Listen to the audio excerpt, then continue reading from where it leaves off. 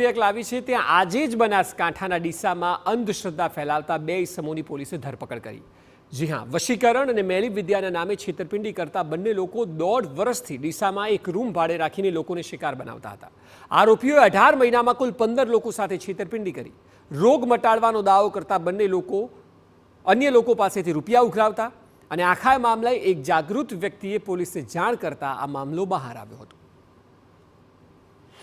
થોડાક દિવસ પહેલાં એક પેમ્પલેટ આવ્યું સમાચાર પત્રો સાથે, જેમાં કેટલાક લોકો વશીકરણ અને મૂઠચોટ અને આવી બધી ચમત્કારિક વિદ્યાઓનો ઉપયોગ કરી અને લોકોને છેતરવા માટે પ્રયત્ન કરતા એવું લાગ્યું।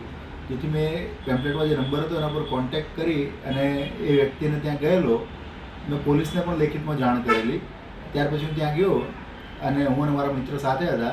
ત્યાં અમે વશીકરણ કરવું છે અને મૂઠચોટ મારવી છે અને એના માટેના ચાર્જની ચર્ચાઓ કરી અને એ લોકોએ ચાર્જને બધું કીધું। એના પછી અમારી પાસે હાલ એટલા પૈસા નથી અને અમે પછી પૈસા આપીએ એવું કરી અને અમે ત્યાંથી નીકળવા અને પોલીસ સ્ટેશન જવા માગતા હતા।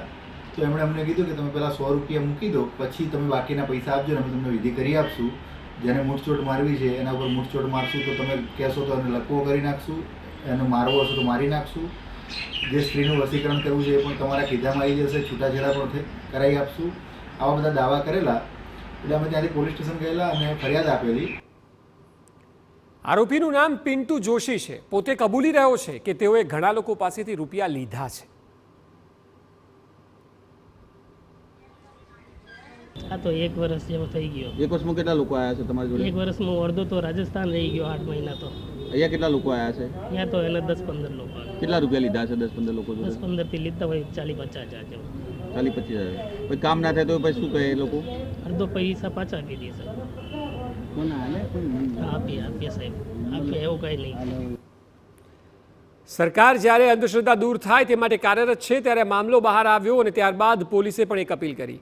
પોલીસે કહ્યું કે આવા લોકો ક્યાંય પણ દેખાય અથવા છેતરપિંડી કરતા હોય તો પોલીસને અચૂક જાણ કરો, જેથી કરીને કાર્યવાહી થઈ શકે।